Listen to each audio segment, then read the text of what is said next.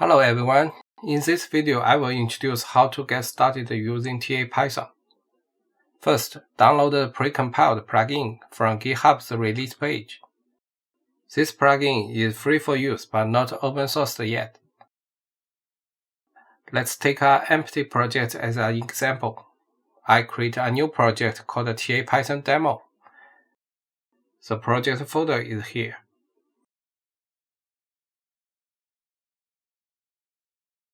After the project is created, copy the TAPython plugin to the plugins folder in the project.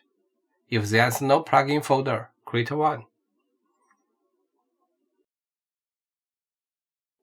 Reopen the project, then we can see that the TAPython's icon has appeared in the toolbar. Click the Sketch Tools icon. A warning message will show on the popped window. This is because we haven't set the path of the Python files.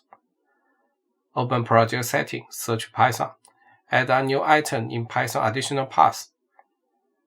Then add the Python folder which is under the folder TAPython in the project to it.